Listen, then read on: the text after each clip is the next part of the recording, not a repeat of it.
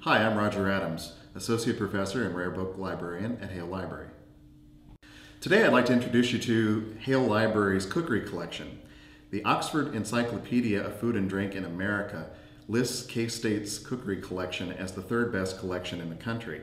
We have materials dating from 1487 to the present. The collection is housed in Hale Library in the Morse Department of Special Collections on the 5th floor, and we're open to the public from 8 to 5, Monday through Friday. You don't ever need an appointment to come visit us. The oldest item in our collection is this book. It's Italian, and it was printed in 1487. It was the first cookbook printed. There were two printings before this one, but this one's special because it was printed in a native language, not Latin. The book itself, as you can see, has quite a number of holes in it, and that's from what we call worms, but it's actually termites that ate through the paper. We have a number of other interesting items in the collection. This is one of my personal favorites. It's called the House Servants Directory. Now, we have a lot of books like this, but what's really important about this one is the author, Robert Roberts. He was an African American and a slave, and this is the first cookbook from the United States written by an African American.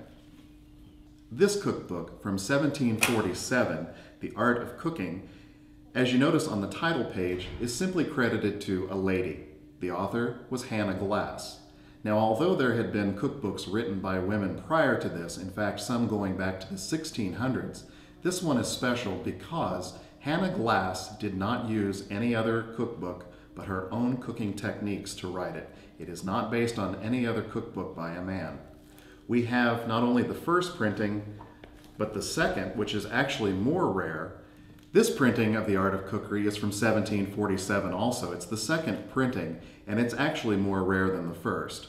I believe that there are only 4 known copies of this book in libraries.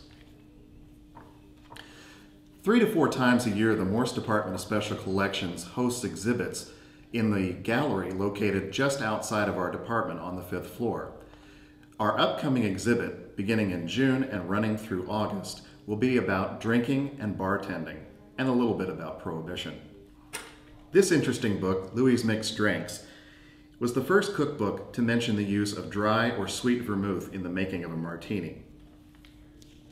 In addition to all the cookbooks that we have a large number of more recent cookbooks that deal with making drinks, both alcoholic and non-alcoholic, and these will be featured in our upcoming exhibit.